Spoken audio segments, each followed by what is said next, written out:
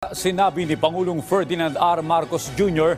na pinatataas lamang ng China ang tensyon sa rehiyon dahil sa mga bago nitong kautusan. Partikular ang polisiya nito hinggil sa paghuli sa mga anilay dayuhang trespassers sa kanilang borders. Si Alan Francisco sa sentro ng balita. Kapwa naniniwala ang Pilipinas at Brunei na mapayapang resolusyon ng susi sa anumang hidwaan ng mga bansa. Ito ang binigyang diin ni Pangulong Ferdinand R. Marcos Jr. nang nagkausap sila ni Brunei Sultan Hassanal Bolkiah. Sa kapihan sa media, natanda na pagkatapos ng kanyang state visit sa Brunei kahapon, sinabi ni President Marcos na may tuturing na isang act of escalation ang banta ng China ng pag-detain sa anilay trespasser sa West Philippine Sea. Pahayag niya ito nang tanungin hinggil sa China's 4-month fishing ban sa South China Sea, kabilang ang West Philippine Sea. Sabi ni Pangulong Marcos, ang akbang na ito ng China ay isang pagpapalawig ulit ang kanilang claim na ang lahat ng ito ay kanilang maritime territory. It's just an extension again of their claim that this is all the maritime territory of China. So it is just, it is nothing new. There are sometimes fishing bans because it's the season. And this is something that we have actually agreed upon before.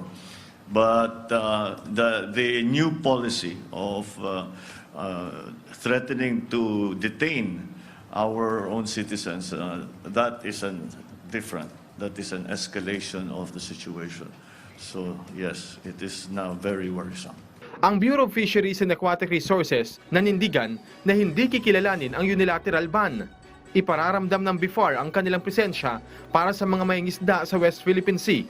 Sabi pa ng BIFAR, hindi iuurong ang mga nakalatag na programa na nakatuon sa pagpapataas ng produksyon ng isda. Walang dapat pumigil sa mga lihitimong ginagawa natin sa West Philippine Sea. Unang-una, tayo ang may karapatan dito dahil nasa loob po ito ng ating katubigan, nasa loob ito ng katubigang sakop ng Pilipinas.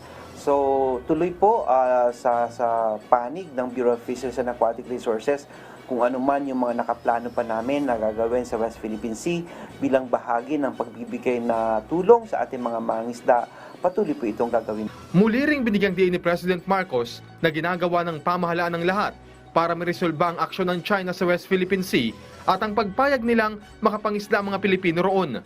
May mga middle ground din aniya sa China para matiyak ang kapayapaan at stability sa West Philippine Sea. I've said it many times, you should try everything. You don't know what effort was going to be successful.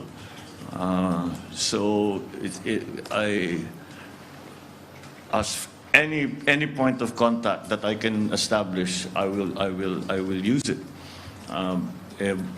At every level, at the leaders level, at the ministerial, sub-ministerial, private.